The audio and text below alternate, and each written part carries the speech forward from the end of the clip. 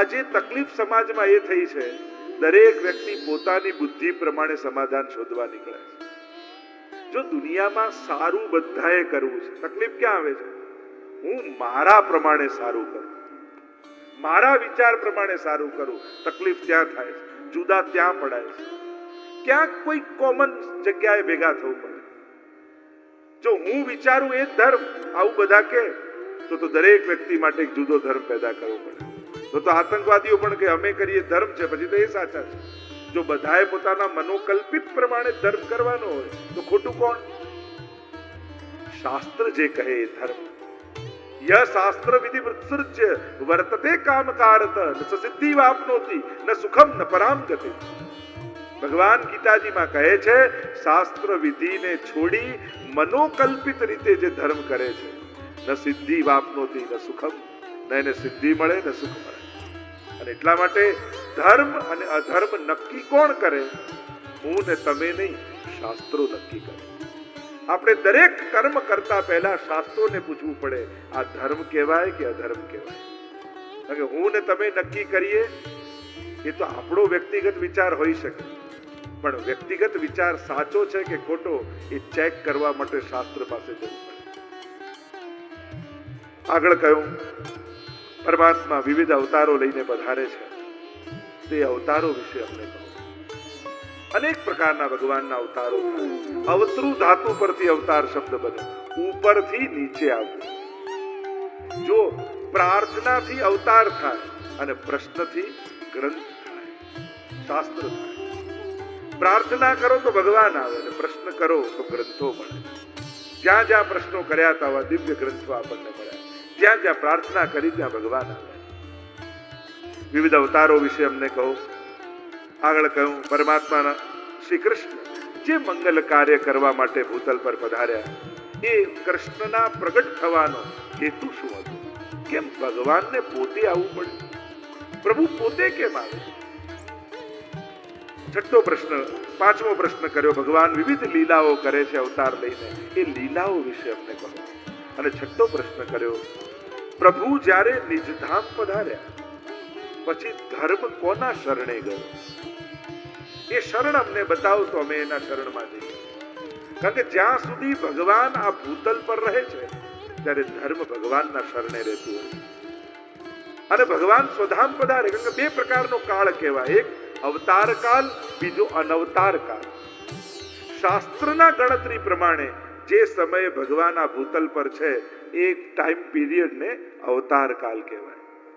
અને જે શાસ્ત્ર અનુસાર ટાઈમ પીરિયડ ભગવાન આ ભૂતલ પર નથી એને અનવતાર કાળ કહેવાય.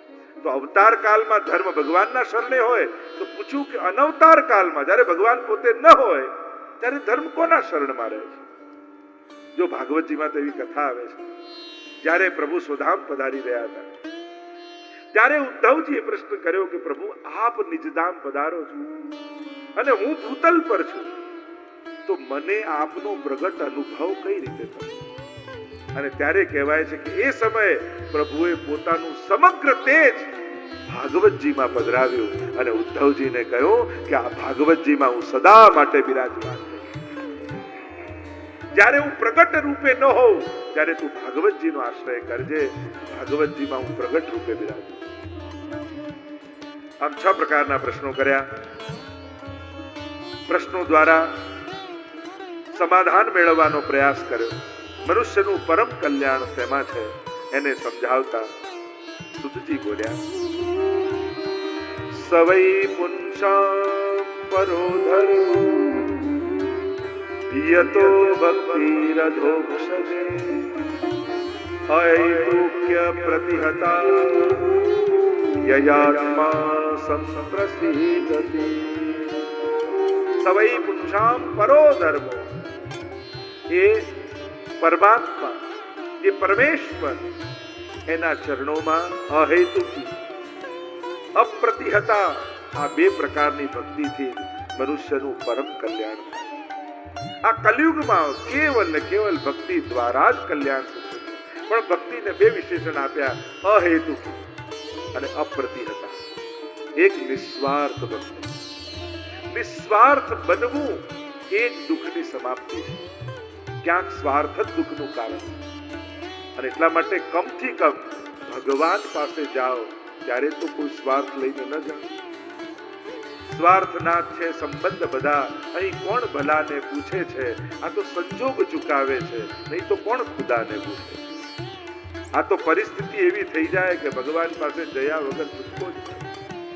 પણ એક વસ્તુ યાદ રાખો, મહાપ્રભુજી સમજાવે છે, પ્રાર્થી દેવા તતકિમ સ્યાત સ્વામ્યાભિપ્રાય સંશયા. વિવેક દરિયાશ્રયમાં મહાપ્રભુજી બહુ સુંદર સમજાવે કે માંગીને પણ તું તારું નુકસાન જ કરે. કારણ ભગવાને જે વિચાર્યું હતું એની જગ્યાએ તે આગ્રહ રાખ્યો કે ના, મેં વિચાર્યું છે.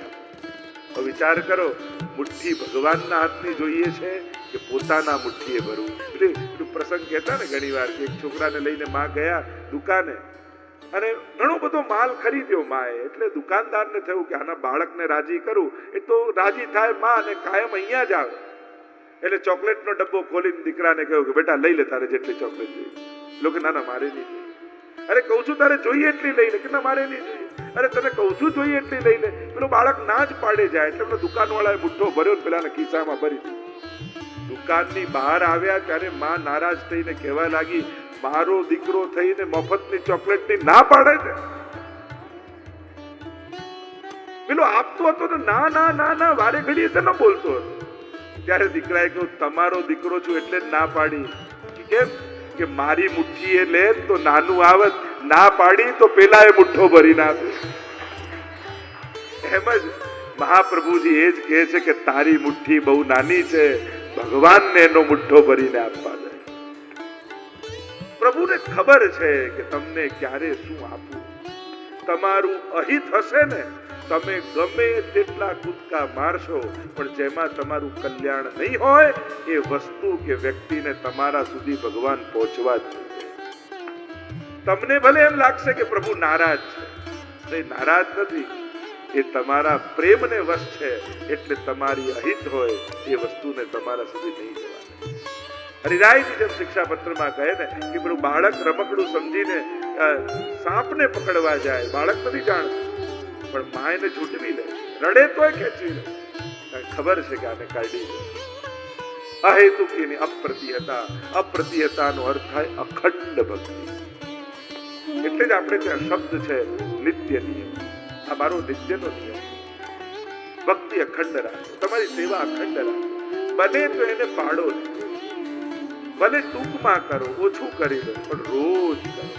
કારણ કે શિલા ઉપર પણ રોજ ટપકું ટપકું પાણી પડે ને તો શિલાને ફાડી દે. પણ એક દિવસ ડોલ ભરીને નાખો, બીજા દિવસે કાંઈ ના હોય તો એની અસર ન થાય. તમારા નિત્ય નિયમ એ તમારા બંધન નથી, પણ તમારી ભક્તિના ટેકા છે. ઘણી વાર એમ લાગે નિયમ લઈ લો, આ તો બંધાઈ ગયા. પ્રભુની સેવા પુષ્ટાવીને પછી હવે તો બંધાઈ ગયા. અરે આ બંધન નથી. જેમ કોઈ કુમળી નાનકડી વેળ હોય, થોડી ઊંઘી એટલે તમે બાજુમાં લાકડી ખોકો અને પછી એને બાંધી. તો શું એ લાકડી એ વેલનું બંધન કહેવાય? બંધન નથી, આ તો ટેકો છે, એના વિકાસનો આધાર છે. એમ પ્રભુ માથે બિરાજે, નિત્ય નિયમના નિયમો લીધા છે, એ તમારા બંધન નથી, તમારી ભક્તિના વિકાસના આધાર છે, ટેકાઓ. આ ટેકા ઉપર તો તમારી ભક્તિને વેલ વિકાસ પામવાની છે. અને એટલા માટે પ્રભુને બંધન ન માનો, એ તમારો આનંદ છે.